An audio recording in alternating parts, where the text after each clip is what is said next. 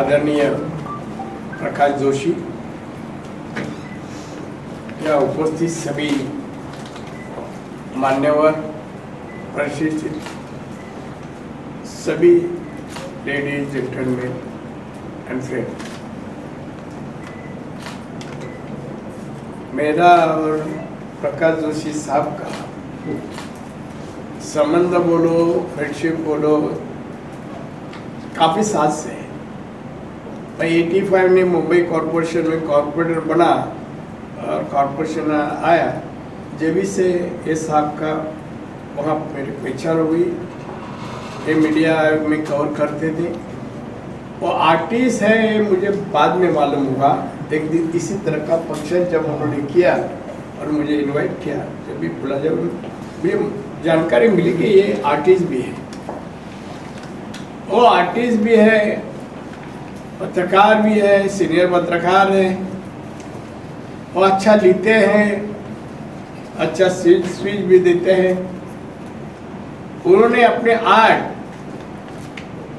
ये महाराष्ट्र ने दुनिया को सब बताया और यूथ को, हमारे देश के यूथ को आर्ट से वो किस क्षेत्र में जाके काम करना चाहिए, मेहनत करना चाहिए तो सफल हो सकता है। इसका प्रबोधन भी उन्होंने अपने आर्ट से अभी तक किया है। मैं दोस्त समझता हूँ, वो मेरे को कितना दोस्त समझता मालूम नहीं मुझे, मगर मैं उनको चाहता हूँ। कम बोलने वाला आदमी, काम ज़्यादा करने वाला इंसान, और जो भी काम है हाथ में लेगा, सक्सेसफुल करेंगे। ये उनकी आइडेंटिटी है, पहचान है। तो हमारे जोशी साहब इस मुंबई में रहते हैं। सभी क्षेत्र में, मीडिया में, राजनीति में, आर्टिस्ट में, सभी क्षेत्र में उनको पहचानते हैं। एक मीडिया में एक जेंटलमैन पत्रकार हो सकता है क्या? कोई क्वेश्चन पूछा तो मैं बोलेगा होता है।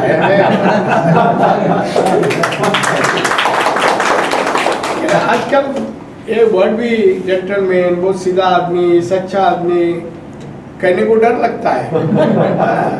मगर हमारे जोशी साहब इसलिए बहुत ही अच्छा काम करते हैं। और अच्छा, कभी भी कुछ क्वेश्चन आया, कठिनाई आई, हम उसको बुलाते हैं, वो इसमें क्या रास्ता निकाल सकता है तो बताते हैं, मदद करते हैं पॉलिटिशियन को। ऐसे नहीं तो बाकी के मीडिया वाले मदद में ब्लैकमेलिंग करते हैं। ये आज की रिवाज है, ब्लैकमेलिंग करते हैं। आप कितने हंसते देखो बोलने के बाद, कितना होता है सच बोल रहे सही है। और आज इन्होंने ये फंक्शन रखा। मैं सवेर तक मुझे लगता था मैं नहीं पहुंचूंगा, मगर शाम को फिर को फोन आया हमारे, ये बोला साहब प्रकाश जोशी का कार्यक्रम है। फिर डॉक्टर से पूछा, डॉक्टर से गोली लिया, लेकर मैं इधर पहुंच गया। प्रकाश जोशी को मेरे जिंदगी में मैं कभी ना नहीं किसी बात के लिए कह सकता। हम भी किसका एक बार वर्ड दिया तो वर्ड में पीछे हटने वाला आदमी नहीं हूँ। तो मैं समझता हूँ उन्होंने एक कलाकार के क्षेत्र में अच्छा योगदान दिया है। वो पत्रकार के नाते में वो भी योगदान दे रहे हैं और हमेशा हेल्पफुल सभी के लिए होते हैं। तो आज उन्होंने हमें यहाँ बुलाया है। मैं समझता हूँ उन्होंने एक सब्जेक्ट पे सबको इकट्ठा अपन लोग को किया है। मैं समझता हूँ एक अच्छी बात है। ये समाज के लिए कुछ भी हो, मगर मैं समझता हूँ आपने अपनी अच्छा चीज़ें लोगों को पहुँचाने का एक आज का माध्यम है। आज का माध्यम है कि आप कैसे हैं, पत्रकार कैसे होने चाहिए, प्रकाश जोशी जैसे होने चाहिए, इंसान कैसा होना चाहिए, प्रकाश जोशी जैसा होना चाहिए। तो ये सब अपने को इंसान से सीखने को मिलता है। मैं तो बहुत कम उम्र में पॉलिटिक्स में आया, आप लोग यकीन नहीं करेगा, 60 ईयर पॉलिटिक्स में हो, 60 ईयर 60। मगर मैं इन लोग से, जो मेरे दोस्त लोग हैं पॉलिटिक्स अलग अलग क्षेत्र में, उससे काफ़ी सीखा है।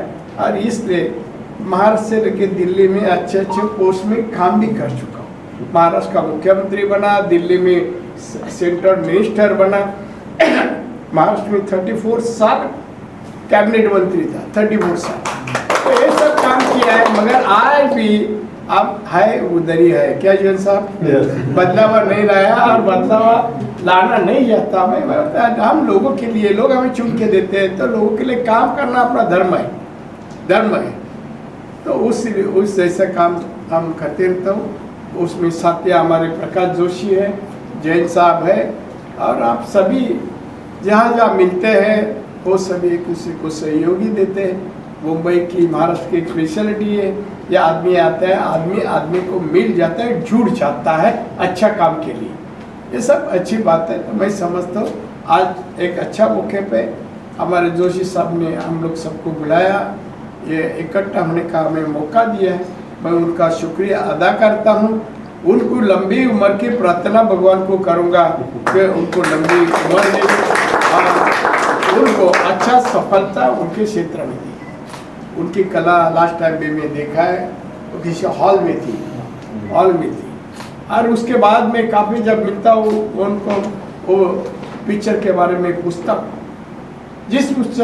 जब पिक्चर से अपने को बहुत सारे रास्ते अपने मिल जाते हैं, समझ जाते हैं।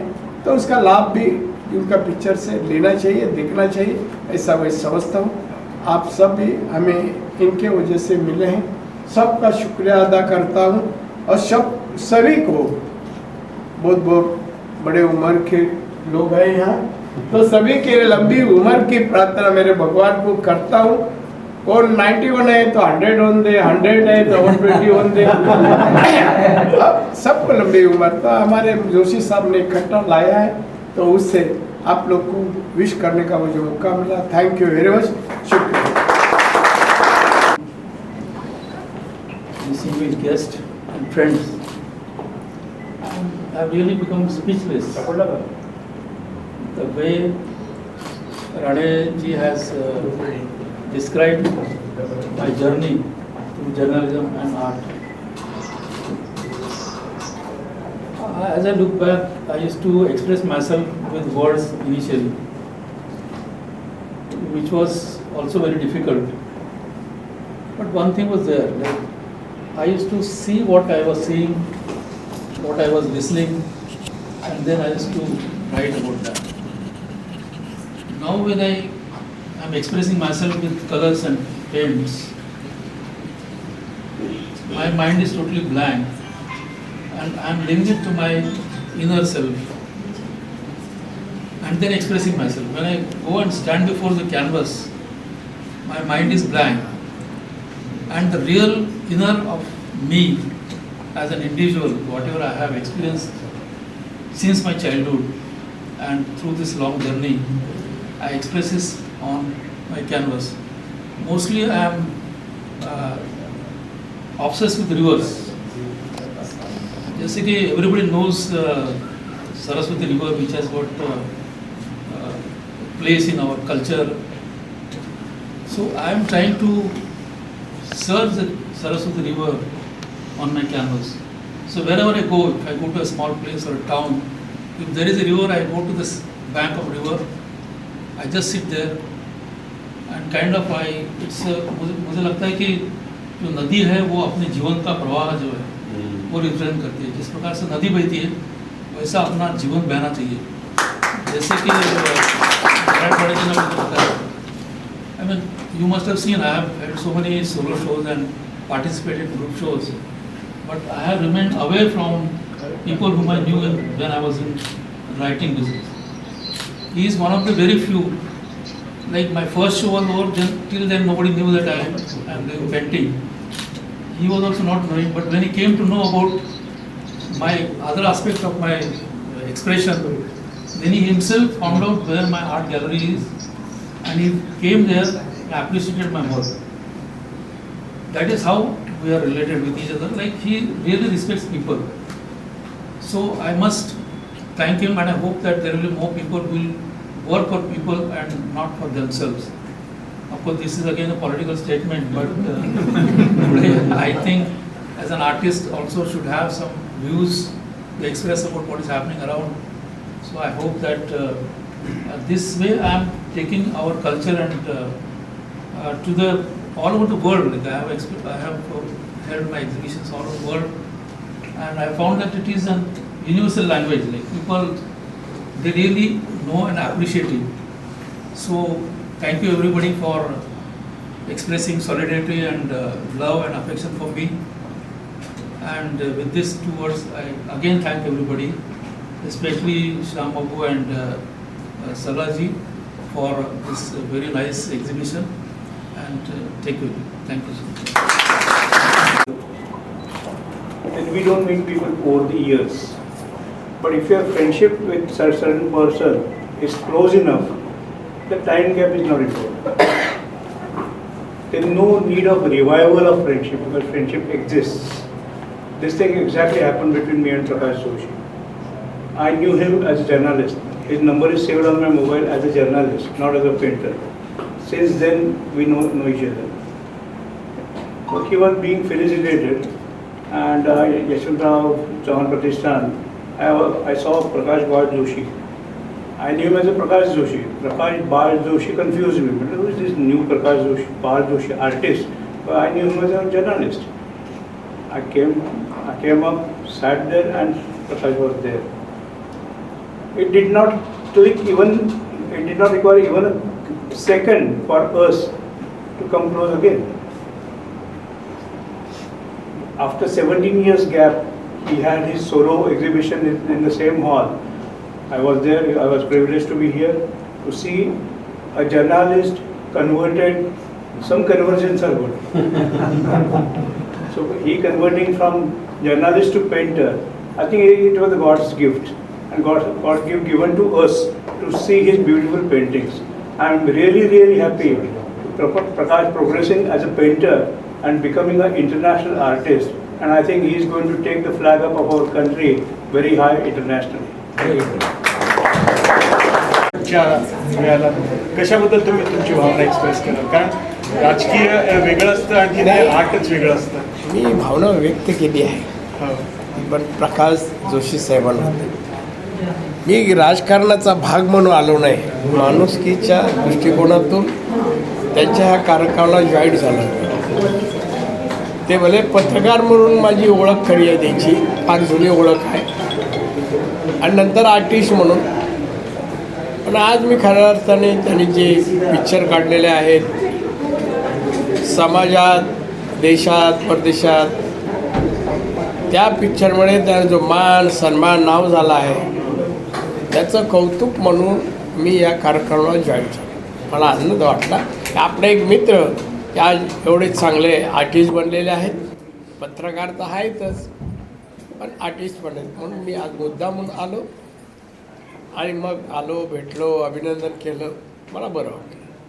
मला एक छोटासा प्रश्न विचारायचा आहे. त्याच्यामध्ये लहानपणी तुम्ही पण चित्र काढलं असाल, आणखीन त्याच्यामध्ये पण रंगला असेल, त्याची काही आठवणी वगैरे आहेत का? चित्रकलेची आठवण आहे, पण मी लोकांनी पाहावं असं एक पण चांगलं चित्र काढलं नाही. खरं तर सांगतो, मी चित्रकला मला माहिती आहे एक सब्जेक्ट तर होता, पण टीचरला आणि सगळ्या लोकांना आवडेल असं माझ्या हातून चांगलं चित्र केलं नाही. पासापुरतं मिळवायचो. महाराष्ट्राला रंगवण्यासाठी त्याची पार्श्वभूमी विकास करण्यासाठी तो चित्र तुम्ही नाही असे काही नाही. तेव्हा मी सुरुवातीला काय हे नव्हतं माझं, पण मी नंतर 7वी 8वी नंतर ह्याबद्दल मला आकर्षण वाटलं आणि मी चित्रकला सोडून बाकीच्या विषयात जास्त आहे. Thank you sir. आभारी आहे. अजून कोणाला काय आभारी? थँक्यू. Thank you sir. सर आजची जी आज की जो एग्जीबिशन है इसकी क्या स्पेशलिटी है, किस टाइप का ये एब्स्ट्रैक्ट आर्ट है, क्या प्रेजेंट किया हुआ है आपके हिसाब से, आपको कैसा लगता बारिश हो गया है, पूरी दुनिया हरी भरी हो गई है, लेकिन धूप के बाद में हरा रंग अच्छा लगता है, वैसे शाम को नीला रंग अच्छा लगता है। मेरा जो 40 साल पुराना मेरा मित्र जो है प्रकाश जोशी, ये पहले एक पत्रकार था और पत्रकारिता से यहाँ वो अच्छा बहुत इंटरनेशनल रेप्यूटेड पेंटर बन गया है। नीला रंग उसका वीक पॉइंट है और उसका कारण भी थोड़ा अजीब है। वो जब छोटा था तो नदी में डूब रहा था और सांस लेने के लिए हाथ पांव मार रहा था, ऊपर आया तो उसकी आँखें खुली तो उसको आशा का किरण यानी सूर्य का किरण मिला, लेकिन पानी के अंदर आने की वजह से वो नीला दिखा। तो इसके लिए प्रकाश को नीले रंग का काफ़ी चाहत है, उसकी नीला रंग उसका फेवरेट है। तो अगर आप इनके पेंटिंग देखेंगे तो बहुतांश जो चित्र बने हैं उसमें नीला रंग का प्रयोग किया हुआ आपको नज़र आएगा। नीला रंग वैसे भी साइंटिफिकली एनालाइज करने के बाद में लोगों को पता लगा कि नीला रंग हमेशा मन को शांति देता है और डूबते डूबते बचना और बाद में बाहर आना, तो जो उसको उसके प्रकाश के मन में उसको मन को जो शांति हो गई थी उसकी वजह से उसने तय किया कि जो मैं कलर लगाऊंगा तो उसमें नीला रंग का प्रयोग बिल्कुल करूंगा। क्योंकि प्रकाश ये चीज़ ऐसी है, जर्नलिस्ट से बहुत कम बोलता है और उसका जो बोलना होता है उसके पेंटिंग्स में वो लोगों के सामने कुछ को पेश करता है। अपनी जो जुबान है वो पेंटिंग के मार्फत कागज कैनवास के ऊपर नीचे उतारता है और दुनिया के साथ बात करता है और लोगों को संदेश देने की कोशिश करता है कि शांत रहो, झगड़ा फसाद जाने दो और उसमें मन का आनंद ले लो। उसके एग्जीबिशन, उसने इंटरनेशनल एग्जीबिशन में काफ़ी जगह पार्ट लिया है। एक मिनट, एक्सक्यूज मी। तो इंटरनेशनल अवार्ड्स भी काफ़ी मिल चुके हैं। इन जनरल जब नारायण राणे साहब अभी आए थे, he was the chief guest, I was the guest of honour. और नारायण राणे साहब ने भी बोला कि प्रकाश बहुत कम बात करता है, लेकिन उसकी भावनाएं रंग के माध्यम से कैनवास के ऊपर उतार के दुनिया के साथ में बातचीत करता है। धन्यवाद। है? थैंक यू एब्स्ट्रैक्ट, इसका क्या पीछे का थॉट है, थोड़ा सा देखो, मैं जब कैनवास पे काम करता हूँ तो मैं अमूर्त शैली में काम करता हूँ, जिसमें न कोई ड्राइंग होता है, जिसमें न कोई आकार होता है, लेकिन उसमें बहुत सारा अवकाश होता है जो कि अंदर से आता है, वो कोई बाहर से आता नहीं है। और जैसे आप रंग को पकड़ के काम करते हैं तो एक रंग से दूसरे रंग में जाते हैं और जैसे कि एक विश्व से दूसरे विश्व में जा रहा है।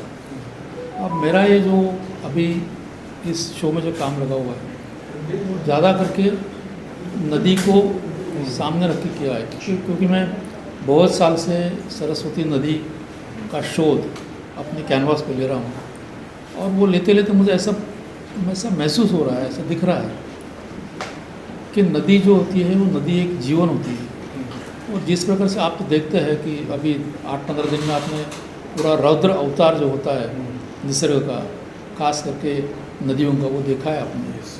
तो इसके पीछे क्या वजह हो सकती है, तो वो भी मैं ढूंढने का प्रयास करता हूँ। जैसे कि नदी के किनारे जाकर बैठता हूँ, देखता हूँ और समझने की कोशिश करता हूँ। मुझे ऐसा लगता है कि हमने, मानव समाज ने निसर्ग के साथ बहुत सारा खिलवाड़ किया हुआ है और इसकी वजह से अब हमारे सामने बहुत सारी कठिनाइयाँ आ रही है।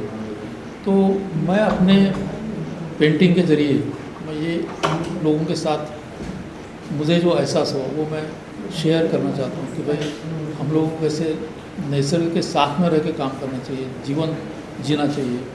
ऐसा मेरा एक प्रयास इस प्रदर्शनी के माध्यम से होता है। पीड़ा किस तरह के भाव है? पीड़ा है, आनंद है, करुणा है, क्या है? आनंद है लेकिन पीड़ा भी है। जिस प्रकार से हम लोग आप देखते हैं कि आज के तारीख में पूरा एनवायरनमेंट का पूरा सत्यानाश ही लगभग हो गया है। और जैसे कि हम लोगों ने पैंडेमिक के दरमियान देखा कि अगर आप कोई आते नहीं हैं तो नेचर जो होता है, निसर्ग जो होता है, वो पूरा रिक्लेम करता है, वो पूरा अपनी तरफ से वो ग्रो होता है। जैसे कि जहाँ पे कोई पंछी नहीं थे, जहाँ पे कोई पेड़ नहीं थे, पौधे नहीं थे, वहाँ पे आप देखोगे कि वो भी अपने आप आपके सामने आते हैं, उभर के आते हैं। तो एक प्रकार से निसर्ग के साथ में रहने का मुझे ऐसा लगता है कि बहुत ज़रूरी है। हम लोग जो पूरे निसर्ग को छोड़ के जो एक कृत्रिम दुनिया में हम लोग जी रहे हैं, सब चीज़ देखिए कृत्रिम है। तो निसर्ग के पास जाने का एक मुझे लगता है कि ये मेरी पेंटिंग जो है देख के जो दर्शक है उनको ऐसा कहीं ना कहीं एहसास हो रहा होगा कि हम लोग क्या मिस कर रहे हैं, क्या नहीं, क्या चाहिए हमें। ऐसा मुझे लगता है कि ये देख के उनको कहीं ना कहीं समझ आ जाए। एक लाइन में अगर एक्सप्लेन करना चाहे इस पेंटिंग को, आपके भावनाओं को, तो किस तरह से? मुझे लगता है कि ये प्यार है, मीन्स निसर्ग के प्रति मेरा जो प्यार है, जो लगाव है, वो इस कैनवास पे आपको दिखाई देगा।